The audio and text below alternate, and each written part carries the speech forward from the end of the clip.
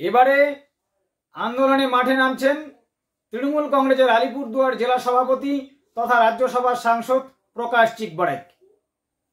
গত কয়েকদিন ধরে আলিপুরদুয়ার বর্তমান সাংসদ জন বাল্লা যেভাবে একের পর এক মন্তব্য করে যাচ্ছেন এবং তিনি যে সমস্ত অস্ত্র তুলে দিয়েছেন তৃণমূল কংগ্রেসের হাতে, সেই সমস্ত অস্ত্রে শান দিচ্ছেন প্রকাশ চিকবড়াইক, তৃণমূল কংগ্রেসের আলিপুরদুয়ার জেলা সভাপতি, এবং সেই অস্ত্রের শান দিয়েই তিনি কিন্তু বিজেপি পথে নামবেন।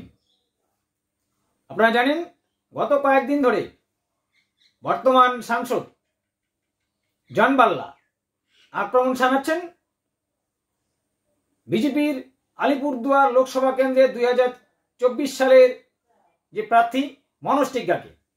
এবং সেক্ষেত্রে গতকাল আপনারা দেখেছেন মনোজ টিগ্গার টিপ্পার চলে, মনোজ টিগ্গার পেট্রোল পাম্প রয়েছে, মনোজ টিগ্গার জমি এইসব রয়েছে। এই সমস্ত কিছু করা মন্তব্য, যে মন্তব্যগুলো করেছে জন বাল্লা, সেই মন্তব্যগুলোকে হাতিয়ার করছে তৃণমূল কংগ্রেস এবং মাঠে নামতে চলছে আলিপুরদুয়ার জেলা সভাপতি প্রকাশ চিকবড়াইক। কি বললেন আজ প্রকাশ চিকবড়াইক শুনুন আপনারা। তার আগে বলে নেব, প্রকাশ চিকবড়াইক একজন রাজ্যসভার সাংসদ। কেন তিনি গতকাল রেলের অনুষ্ঠানে আমন্ত্রিতদের তালিকায় ছিলেন না, সেটা নিয়েও কিন্তু প্রশ্ন তুলেছেন প্রকাশ চিকবড়াইক। শুনে নিন কি বলছেন তৃণমূল কংগ্রেসের আলিপুরদুয়ার জেলা সভাপতি প্রকাশ চিকবড়াইক।